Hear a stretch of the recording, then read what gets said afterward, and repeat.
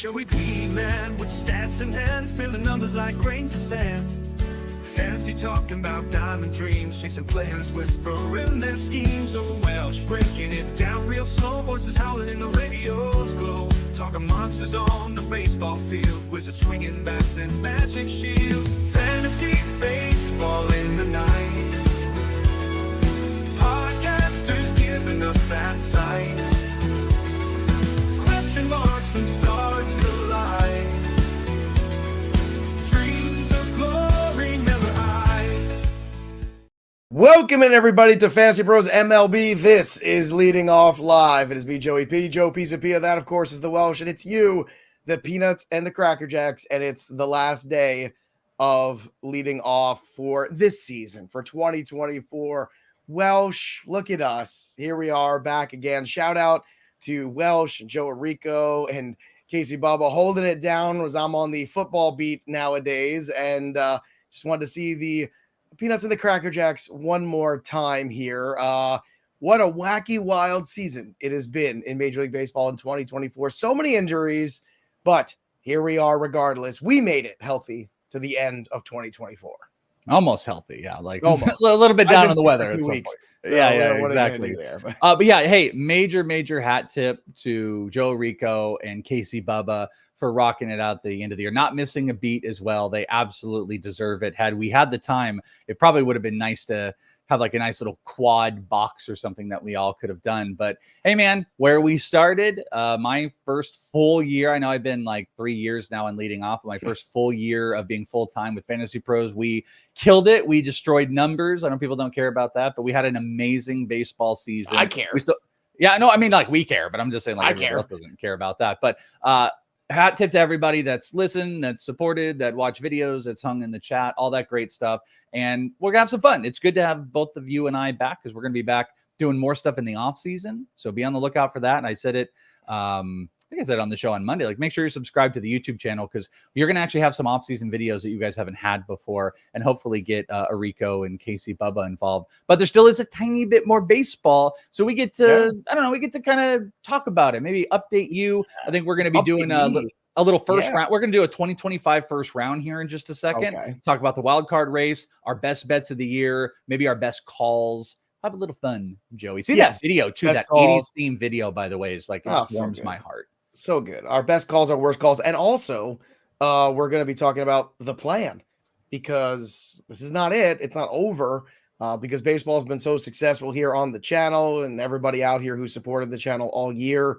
We're going to be doing more off-season stuff. We're going to have some specials lined up for you. We have a whole meeting actually next week about some of the fun ideas we have and things we want to do for the baseball community out there. And of course, before you know it, it'll be all over again. I mean, we'll be back here in January doing stuff, and I know I'll be working on the Black Book come November, so that's coming up pretty soon. Actually, probably more like October. When I was about to say, in about 3 days, you're going to be working on it. Yeah. In about 10 days, also, if you guys care about it, especially from the dynasty perspective, the Arizona Fall League is starting up, and I live out here in Arizona. I'll be covering it. We have major leaguers. Edwin Encarnacion Strand is going to be playing in the Arizona Fall League. Sam Bachman, of a top 10 pick in this year's MLB draft, Jack Caglione, is going to be playing in the Arizona Fall League. Some other big top prospects. Is Bazzana going to be there or no? Bazzana's not. Caglione, actually Condon was supposed to, I heard, but Caglione is the only one that's going to be playing. I like Jack. Class. I like Jack Caglione. You know, I'm a fan. But I'm going to get to break that down, hopefully get some interviews. So that's going to be part of all of that coverage. And yes, by the way, I talked with Donnie yesterday. Donnie's going to come out to some AFL games. So we'll do cannolis in the park. You're going to have to teach him about baseball, how it works too. You know, you want to know something? Yeah, I'm going to give a hat tip to Donnie. We were going to try to do some fun stuff on the show today. We were talking on the phone, and he goes, Welshie, he's like, you didn't get on the home run board. I'm like, I know, I kind of failed. I should have gotten some big name. I didn't want to say a baseball player's name, because Donnie's not biggest into the sport. He loves hanging with everybody. I'm like, I should have picked good players to have my home runs in perpetuity. He's like, yeah, you should have picked Shohei Ohtani. And I was like, Donnie knows baseball. That's a new series. Donnie knows baseball now. Shohei Ohtani was. That's exactly. I am still, now I don't know what the latest leaderboard is. This is the last one I see. And I picked Juan Soto because I don't want to be too much of a jerk going and picking the Aaron Judge or whatever. So, or Otani. So I picked Soto. That was the and Monday Joey board. P still on here from the Monday board. This warmed my heart. Now it's nice to see Wonky Penguin breaking 50. I did not hit 50 home runs this year. I kind of like that when you look at the board at the end of the year, it feels like an actual home run board. Like if you hit 60 home runs, like you crushed it. Like that was an amazing year. 42, I think it was a respectable year for home runs. So I am in that. But 35 is pretty good too. Yeah, 35. Is that where you are? You're 35. Yeah, that's 35, 37. I don't know. Maybe One of the I'm things just I love there. though, when the clinching happened for the Baltimore Orioles, I did see the very funny Jackson Holiday thing too, with his baby's first clinch miss. So Jackson Holiday, friend of the show, nice to see him rebound. Very rock. I mean, one of the worst debuts followed by a very respectable return. Patience. It's a long season. Patience with Corbin Carroll, who is about as terrible of a first half player as you can imagine. And Welsh tells me he's up to where are we at? We're at 21 homers and 32 or 33 stolen bases, and the 5th most runs in baseball. Think about this. The guys ahead of him are all hitting 280 or higher. The superstars of the league: Shohei Ohtani 131, Soto 128, Bobby Witt 124, Aaron Judge 122. 232 batting average, Corbin Carroll with 119 runs. He has more runs than Gunnar Henderson. That's pretty wild. That is pretty wild. Also, I have to say too, I know people have been saying Joe should apologize to Garrett Cole. Fine. I mean, I'm making good television here. There was reasons to be concerned. Happy Garrett Cole stayed healthy. I never wanted him to be hurt. I was just worried about it. So that's all. Sure. So Welsh, let's talk about the wild card races here, because as a Mets fan, I have been mildly following because I always know it's going to end poorly. And I feel like things are set up to end not just poorly, but soul crushing. And that is the quintessential Mets finish to the season. I know the games got postponed, and now you're going to have a double header against the Braves, the team that always sticks the knife in the Mets' heart over the last, 20 something years. So I feel like we're setting everything up for a complete and utter disaster here on Monday.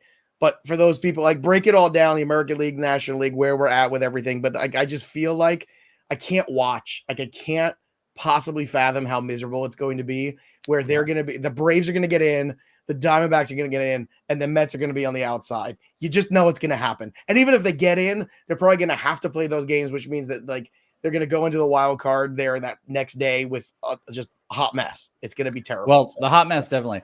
It's funny. I did a hit on CBS Sports HQ, and one of the guys had asked me, and he was just like, if the Braves get in, will this be because of the will this be because of the Mets, or will this be because of the Diamondbacks? And I instantly was like, it'll be because of a Diamondbacks collapse. So the NL situation is the most exciting, because I'll just gloss over the AL.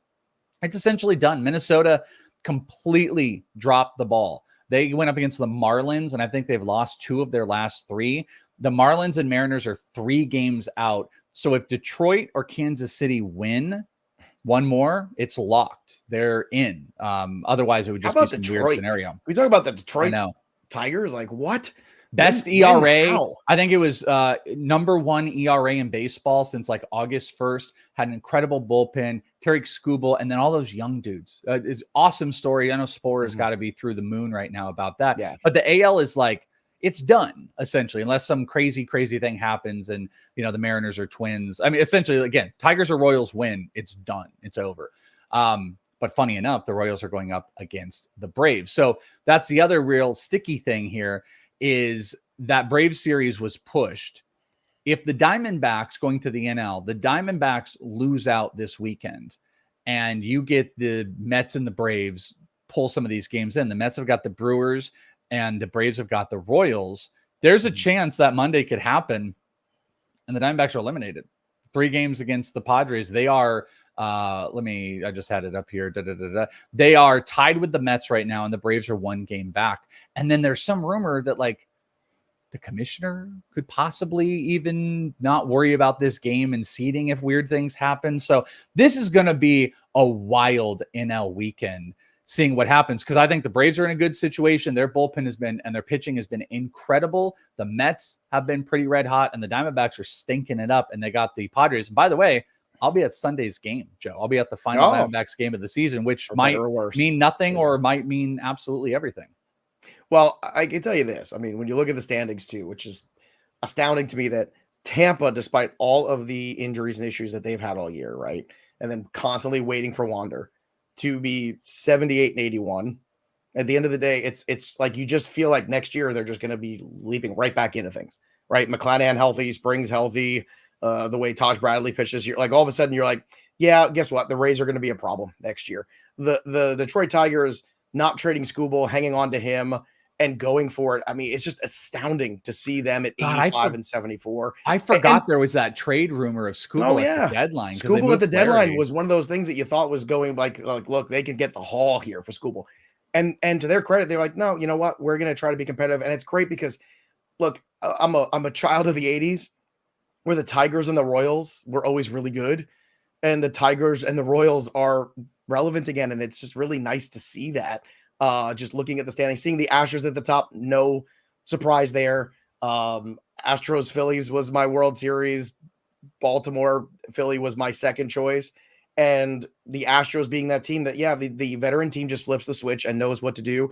I did see, by the way, looking at the Mariners at 82 and 77, that this is the third straight year of Julio Rodriguez being up at 2020, which, I mean, if we could just get lineup protection, if we could just get somebody to help this kid out, my God, that would be great. Let's talk about the A's too. A lot of people been out of shape about the A's and all that situation there. Any thoughts there as, kind of things come to a close for Oakland, basically, or Oakland in sports?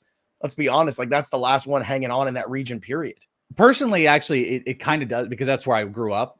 And that was my family's love. My grandfather, one thing that we shared was he loved the Raiders and he loved the A's. And I've been to that stadium. I remember having great seats in that stadium. I remember sitting in some garbage spots in it. So yeah, I think it's kind of sad, but also at the same time, it's like, I don't know, you see like management and stuff, they're embarrassing for everything they did, but then you like see that stadium absolutely packed at the end. And it's just like, we could have been doing this the whole time. Like, you don't need to just support them because it's the last game. So I think all around it's pretty bad, especially as the A's were starting to compile and put together a product of like, they got a star closer in Mason Miller. They've done an incredible job developing these hitters. Brent Rooker is a wild guy to figure out, because from a number standpoint, like, he's like a top 25 guy. It's just hard to kind of buy into it. Lawrence Butler, his overall production looks like he's a top 50 player next year. They just don't have the pitching, and it looks like they're pitching. This is like the formula of a lot of these teams. It's like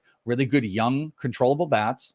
And then a team that spends money would then go, and this is the old Mets thing, where it was like you spend on the pitching and you develop young hitting. They've got that. It's just, when are they going to spend? They're going to be in Sacramento for like 2 years. So it's weird. I think it's sad. I think it's sad when any team goes away. I guess I'm nostalgic towards that.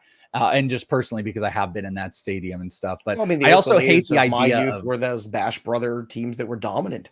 Yeah, sure. The Canseco's and McGuire's and all that. Like, the A's were the A's could have been a dynasty if they could have just gotten past the Dodgers, but like they just that first series what I really hate though, them, and then they just never lived up to the hype after that. They dominated in the regular season, but really, when you think about it, they lost to the Reds, they lost to the Diamondbacks. Excuse me, not the Diamondbacks. They lost to the Reds. They beat the San Francisco Giants, and they lost to the Dodgers. And it's kind of like what could have been for those teams when you think about it. One thing I hate, by the way, Matt's asking, is Sacramento Hitters Park. Yeah, it's a PCL park, so it is a hitter friendly environment. Which should be fun. I mean, that's gonna be fun for fantasy. Yeah, offensive numbers for the hitters anyway. What I don't like is this whole like, what we should do? We should do an expansion team in Oakland, and it's like, I don't know, man. Like, you just got them out of there. Like, save the A's then. Save the A's and do give a place like Vegas or wherever you're going to put a new baseball team. Give them something original. Don't just give them the old of a team, because that just like stinks and lingers throughout time. But yeah, I don't know. It's sad. Also, we had like we had friends like Eno was there covering it and stuff like that. It's just, end of season magical baseball stuff. Fun question here from Michael Wainwright. It's nice to see you guys finish off together. Yes, thank you for that, Michael. How did you guys do in your leagues? Well, in my home league, my most important league, I was still in a rebuild after being in the playoffs 6 straight years. I tore everything down. And this was a 2-year plan. This was year 2 of the 2-year plan. And I almost still made the playoffs in that 15-team league. I missed it actually on a tiebreaker, despite the tear down.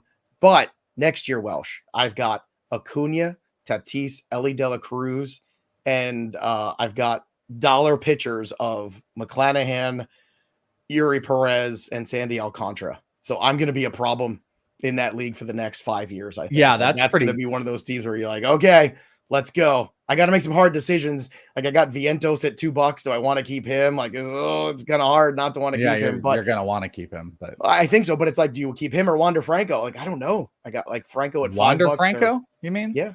No, you don't keep Wander Franco. Not Wander Franco. I mean, Wander Franco.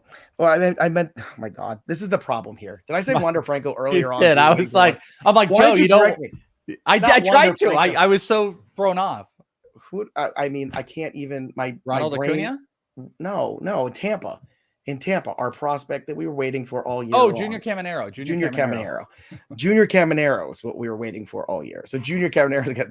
This is the problem, folks. I haven't touched discussing baseball in 2 months, and I say things like Wander Franco. This is why guess what? 2 months, the outcome is still the same with Wander Franco right now. Still waiting on Wander Franco, right? Yeah. Junior Caminero. That's the other guy that I have keeping there. So. Yeah, I'm like, I was heavily invested in keeper. My brain is toast, Welsh. Keeper leagues and NFBC. I mean, I'll admit the Carroll stuff killed me. Injuries killed me this year across the board. You know, the thing I'm going to tackle. Yeah, well, the thing I think I need to tackle, because I had some, like, especially in the NFBC stuff, I had some really good hits on, like, I had Skeens in a couple spots. Jared Jones was this huge get for me, but I got smacked with injuries that I didn't do a good enough job in the depth portion of a lot of leagues. And the same thing happened in Dynasty. I had Dynasty, Mike Trout, Ronald Acuna, Fernando Tatis. Like, they just really killed me in some spots that I was really, really heavy. So it was okay. I would say it was a much better analysis year for me than like takedown, even though I had an NFBC which was like Ellie and Carroll, and it's like, God, if Carroll had been like on top of it, having hit O'Neal Cruz, that was like a really fun one. So it was okay. It was decent. Yeah, it was a rough year for injuries, which is again why it's so important to hit things right. Let's go to some of the standouts in the season too. I mean, obviously Shohei Ohtani, I think that was, he's the greatest baseball player I've ever seen. I think he's the greatest baseball player ever.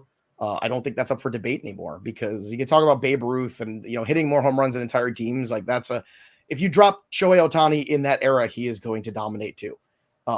Nobody has pitched the way Shohei Ohtani and hit the way Shohei Ohtani has, and now steals bases like Shohei Ohtani. It'd be like dropping the Terminator into like normal land 100%. It's just unbelievable. 53 homers, 56 steals. Yeah, he's going to 55 right now is the chase. But you know what? Let me ask you this though, because you say there's no discussion. There has been. The Braves community can't get over themselves. Not everybody, but there's a sect of that's like, by the way, Acuna was 40-70 last year. I don't care. Does he pitch? I know. Does he throw 95 miles an hour? Like, Acuna is a great player. We are blessed with all these great players. Judge at the top of the home run board at 58, 144 RBI too. Imagine here we're in a season 2, 144 RBI for him, 126 for Ohtani, 115 for Jose Ramirez, another guy that never gets enough credit. That's another guy too. He's having basically a 40-40 season and gets no credit every single year, Welsh, and it pisses me right off. I think it might be the most underrated of all the fantasy years. Like, Bobby Witt is 100% unicorn. Judge is the guy. Ohtani. All of this stuff is so amazing with Ellie and everything, but Jose Ramirez is legit on the doorsteps of a 40-40 season. It's unreal. And in just a couple minutes, we're going to do just an early little fun first round for 2025. And Jose Ramirez belongs at the tippy top. He really truly does. An unreal season that he keeps having year after year. Yeah. And continuing on here, looking at some of the leaders, obviously stolen bases, Ellie De La Cruz up at the top at 65, player that we love. Look, if I told you at the beginning of the year, he did 25 home runs, steal 65 bases, hit 260, I think we'd all sign up for that, right? Like, sign up isn't a question. I'll tell you this. Stunning. I think I was wrong on I thought the power might be more of a question with Ellie with the batting average. So like, the whole like O'Neal Ellie stuff. I always thought It was heavily stolen bases in Ellie, but I thought the power would go in O'Neal Cruz. And lo and behold, Ellie is a more prolific power hitter because even though O'Neal Cruz, and this is the shock I still can't get over. O'Neal Cruz, if you would have told me preseason he's going to hit close to 270, I'm going to tell you he's hitting 35 homers. So that's the shock that Ellie became a better hitter. Or I'm sorry, O'Neal became a better hitter, but then the power just didn't really develop where Ellie, it just all came together. Ellie's a superstar. He is a superstar. He got caught stealing 16 times, and I think we'll take that considering how aggressive, and a 342 OBP. Like, that's the thing to me. Like, that's what you worry about, all the strikeouts with other Cruz, but he certainly got there. Amazing also to see more than 20 players with 30 or more stolen bases. That is fun. Batting average leaders. Look, it's been Bobby Witt for a while. Good to see Vlad Guerrero have a rebound too, because my goodness, what a miserable first half for him. Finishing the year though, 3102, 325. What are your thoughts on Vladdy here going forward into 2024? Did we finally put that aside? Are we feeling good about him? Yeah, I think so. I mean, he was on the early. I know we cut them off in like late June or July, but Joey and I were grinding, putting out weekly waiver and trade videos, and Vlad was on that list, and he was one of the most obvious one at the very beginning because he had this beautiful barrage of underlying great stats where he wasn't getting the ball in the air. And guess what? It was a launch angle thing. And then he cured it and he started getting the ball in the air. When you barrel and you hit the ball really hard and you're making good contact, good things will happen. So, not to get too touty because there's plenty of things, as many things that are right. There's probably double that are wrong. That's just the nature of baseball. That's one that was just a smash, and it ended up working out, and his value will be back up next year. The funny thing is it won't be around like it's always been like, what about Vlad or Alonso? And it's like Vlad's in his own tier now. Like Olsen and Alonso are going to be fighting for that equity of bat average and homers now. Vlad is in that elite first base territory. You were 100% right. Your biggest fade of the year going in was Luis Ariz. Only 4 home runs. I don't care if you get 312. 45 RBI, 4 home runs. Stick it where the sun don't shine. Like, I'm not interested in that. Let's get to some of the pitchers and some of the performances too.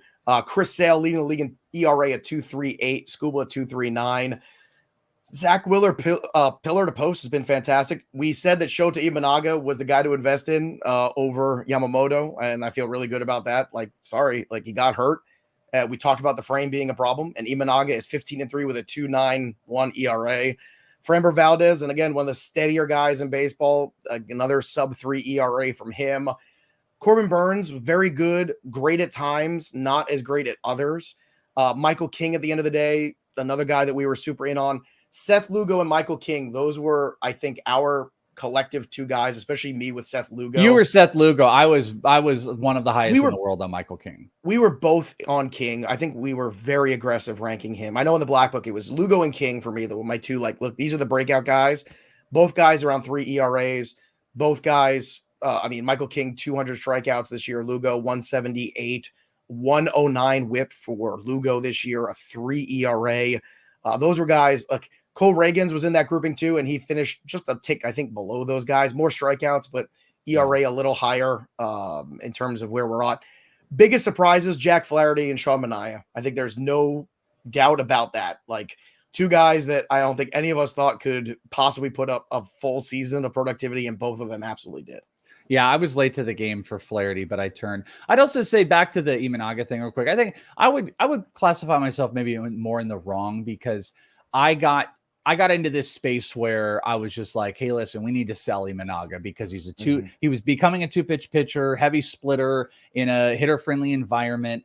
And I think what is so amazing about him is he overcame that. And you started seeing more of that pitch mix, and he didn't get blown up into the summer months. So I would say like that was a mid-season wrong. Flaherty was a mid-season wrong kind of on my part, where Michael King was a big hit for me. But I would also point out, I think maybe the most amazing thing finishing up the pitching stuff is that there are just absolutely 2 unanimous Cy Young winners. And I'm not really sure I fully recall that all the time. They're bar none. Like Tariq Skubal and Chris Sale are going to win this in droves, and they're both incredible. I think someone even put in the chat, like, it looks like they're going to win like triple crowns as far as like pitching category. Yeah, Arico did it. Triple crowns as far as pitching go. They're so dominant it's not even funny. And that's what's so interesting to have at the tippy top of the board as far as pitching goes. Yeah. Looking back at the year that was, too, we always have to talk about things we were right on, things we were wrong on. Seth Lugo, again, for me, Jackson Merrill for the Welsh. Like, nobody was talking about Jackson Merrill the way Welsh was. Nobody. And to see the season he had, and to that point, too, I was probably the most pro-Padre person of anyone. And then all the injuries happened, and Tatis got hurt, and all these things, and people were off the Padres. Well, guess what? Padres have won more than 90 games. I told you they were going to be a problem, and I think in the playoffs they might be a problem too. Like, that's a team to really be concerned with, because if they get hot, they have a lot of talent and they have pitching. It's a dangerous combination if those guys get hot in the playoffs. So the Phillies better be worried. The Dodgers better be worried about the Padres. And I think collectively, Jarren Duran, I think our biggest win. Hit for average, hit for power. He was being drafted so late, Welsh, and that was a guy that you and I were holding hands on, fighting over in mock drafts, and that turned out to be 100% correct. Yeah, I think we did our favorite, our must-have guys, I think was the video we did, and Duran was on there for me. Yeah, for sure. I think Merrill ended up working out really well. Duran ended up working out really well. And then I think like an inverse of it, I think it's pretty safe to say, even though it's so weird, but like Carroll was a pretty bad miss. Like Carroll screwed me in leagues because it was so bad in the beginning, and it worked its way back up. Funny enough, but it's definitely not something that you can't, I would ignore. Like Carroll was a bad play for the first half of the year. Luckily he did fix that, but yeah, as good as like Duran and Merrill were Carroll. It's funny that they're all like outfielders. Like those were all kind of like the thing we were really able to hone in on. But yeah, rookies in general too. Rookies were kind of a little bit of a miss to start, but then at the end of the day, like even though Wyatt Langford could have been a miss, he's put up a pretty dang good season, like 15-20. Jackson Churio is a 2020 season. That has been a huge win. And then maybe Caminero ever getting the call up. That didn't really work out. Yeah, no, it did not. Caminero, by the way. Caminero. Junior. I don't know. Caminero. Junior Caminero. So there you have it. Also, looking ahead to the future, as we like to do here, we will be, Welsh and I will be working on the Black Book, as we talked about. So that'll be out there on Amazon. Usually mid-December is when that releases, before Christmas. So it's the holiday present for everybody out there. So that'll be up so you can get ahead of your best ball drafts and just have some kind of baseball stuff. But also early 2024 first round, Welsh put this together, which is super fun. Ohtani going first, Judge, Bobby Witt 3, Jose Ramirez 4, love all this, Gunnar Henderson 5, Ellie De La Cruz 6, Juan Soto 7, Acuna 8. I think Acuna will be ready basically at the start of the season. I wonder if that knee was bothering him earlier in the year too, and that's why the performance was down. Welsh, do you suspect that might be the case as well before things I think popped for him, literally? Yeah, I think so. Yeah, I kind of get that feeling as well. Then after that, Mookie Betts, Corbin Carroll, then Skubal and Skeens. Hard to argue with that. I don't like pitchers in the first round, you know that, but if you're going to put two pitchers in the first round, that's certainly the way to go. So who are the guys that just kind of missed that first round, just kind of blasting through? The guys like Vlad Guerrero, obviously one. Marcelo Zuna, who had a great season, 39 home runs, 100 RBI. Looking back up there, Alvarez just missing as well. Sure. Ketel Marte, too, another great season for him. 35 bombs, 294. That's a guy that just missed this first round. How about Lindor, too? Lindor was another one of these guys, too. I kept talking about all offseason. Why are we suppressing the value of a 30-30 guy? Well, guess what? 30-30, basically 31 home runs, 27 steals. A pretty great season from Lindor. Who else stands out to you as guys that are just around that first round conversation? And obviously Bryce Harper. I don't know if we want to put Corey Seager in that conversation too, potentially, or even Manny Machado, another 3,100 season for him with some steals. So something we did in this league for a couple episodes was we were taking a look at what the talent for a round is. And it wasn't about filling out a round. It was like, who's worthy of first round? Who is in that tier that's first round? Who's the second round? Do that. So the reason I mentioned this is Ohtani, Judge. And by the way, if you want to move the order, like you could definitely argue Ellie over Gunnar Henderson and stuff. But I went Ohtani, Judge, Witt, Jose Ramirez, Gunnar, Ellie, Soto, Acuna, Betts. Let's stop there. That's 9. That's a tier. That's a tier of type of players. Now, maybe there's tiers within those tiers. Like having Ohtani, Judge, that might be uniquely itself. Having then Witt or Jose Ramirez is itself. But my point is like, I don't think those guys are really crazy debatable. But then those bottom 3 I put in there, it is debatable. Corbin Carroll hit 232. He might not belong in there. I put him in there because he's a 20-30 guy, had a fifth most runs in baseball, and he stunk with average, and that will fix. And then you put in elite pitchers. But the goofy thing is I put Skeens in over Sale, and Sale wasn't in there. So I put Terry Skubal and Paul Skeens in. So those bottom three are the arguments. So who are the guys that you could throw in? Chris Sale, if you're in a 15-team roto. Again, Skubal and Sale's seasons were so dominant at a level that's unheard of. You can justify, and I don't like high pitching as well, but pitching was so high-end dominant that this might be a year that it's worth paying for one of those top three pitchers because they're so much better than the rest. You mentioned Francisco Lindor. If someone wanted to say, I want Lindor over Carroll, I think that absolutely works. I think Julio Rodriguez is one of those. People might be getting kind of sick of it, but it's still 2020. If he gets some more support, he's one of the most talented players in baseball. I think Trey Turner too. Trey Turner missed some time. If he had played a full season, you would have saw some big stats with stolen bases that are out there. And then you mentioned a couple. Lewis played a full season too. If Royce played a full season and the power was there, Jackson maybe Churio for a whole good two halves of baseball. Like, I'll tell you this: had I done this as a 15-team roto, I think it would have just been easier. Just put Sale, put Lindor, put Julio, call it a day. There's your 15. I think that for the most part is what the 2025 first round is going to look like. But the best thing is right here on the channel, we're going to be breaking down early mock rookies for next year, what the first round looks like, targets, all that stuff way before we've ever done before. And we'll start digging into that early stuff. But I'd be curious if anybody, out there, you can put it in the YouTube comments below. Is there someone that so dramatically needs to be in over another guy? Because I will tell you, dramatically. Well, but like Carroll at 232, I'm not trying to be a homer. I'll totally listen to knocking him out. And also like Skeens as a rookie, I think even though it was one of the most dominant pitching performances from rookie ever, it's still kind of a question for a young guy to be drafted. Outfield's still kind of mid, so I understand Carroll there. Lindor, I think, is the one you have the best argument. Duran and Merrill, we left off there as well. Like those guys put up these huge. Well, they got to to be a first round pick. That's why it was lofty to put Carroll after 1 year top 5. And it was something that I struggled with. Like I kind of like Judge video game numbers though, Joe. But like, again, you do it more than once. You have my attention as like a better investment. Speaking of investments, our best investments of the year, Shohei Ohtani for me at 4-1 MVP. The only problem was I put it with everything else that got destroyed. I put it with Acuna. I put it with Strider. I put it with all these other things.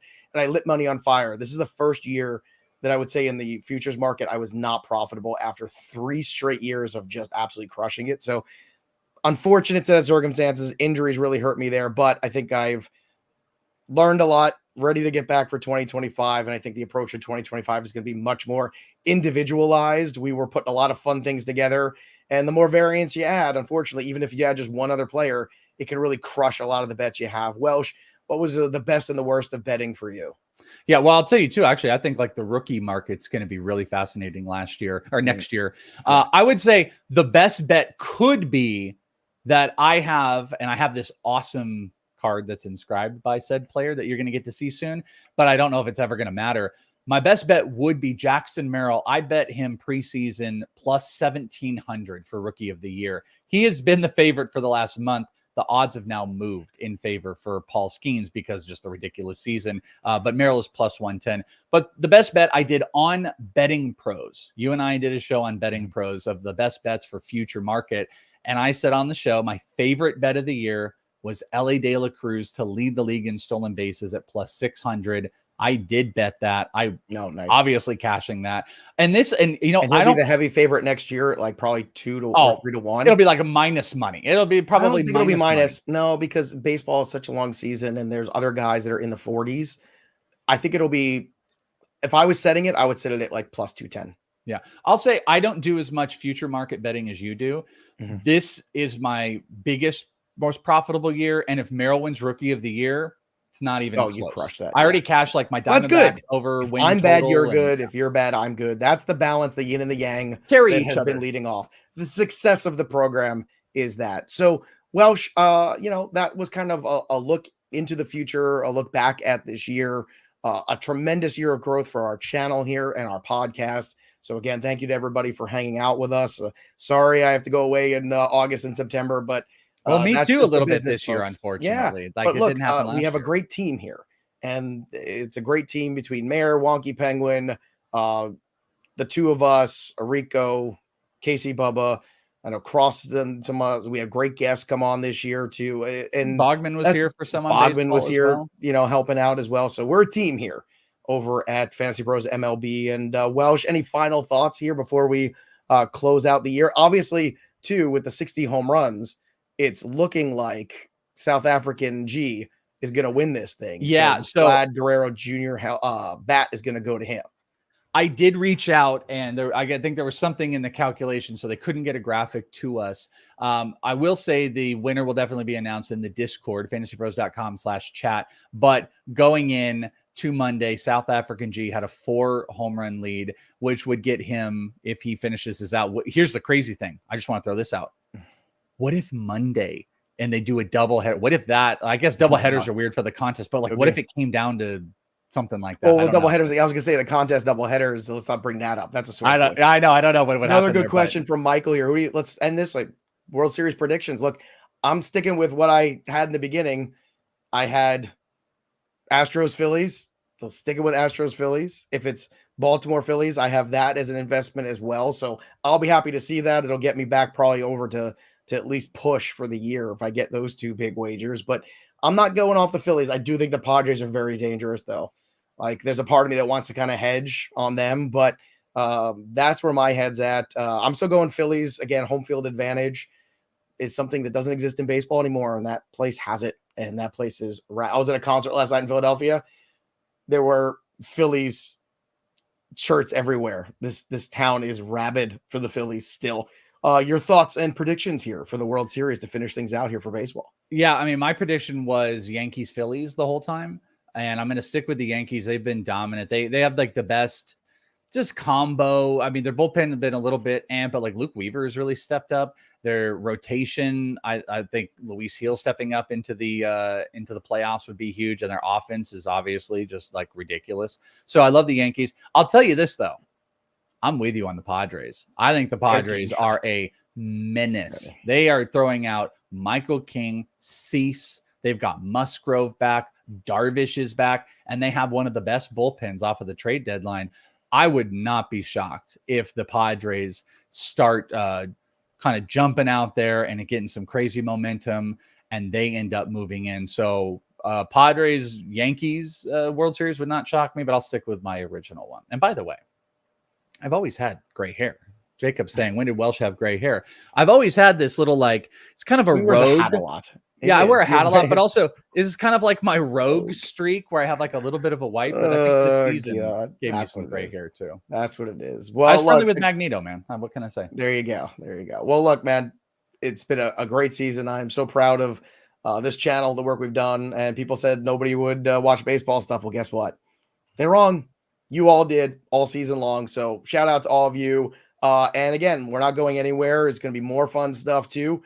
Welsh's breakdown of that rookie class is still on the channel. If you missed that, go back and watch it. It'll help you with all of your upcoming dynasty drafts and new stuff coming up here too. And the rookie drafts going through and your startup dynasty leagues too. And again, we'll be back doing probably more than we did last year, considering how successful the channel has been. And we want to make it the #1 fantasy baseball channel. And we're not far off from making that happen. So get in with us, hang out with us. Again, fantastic season. That'll do it for us. But the story of the game goes on. For the Welsh, I'm Joey P. Enjoy the playoffs, everybody. And we can't wait to see you again in the 2025 season. Later, Joey everybody. P, man, with stats in hand. Fantasy baseball.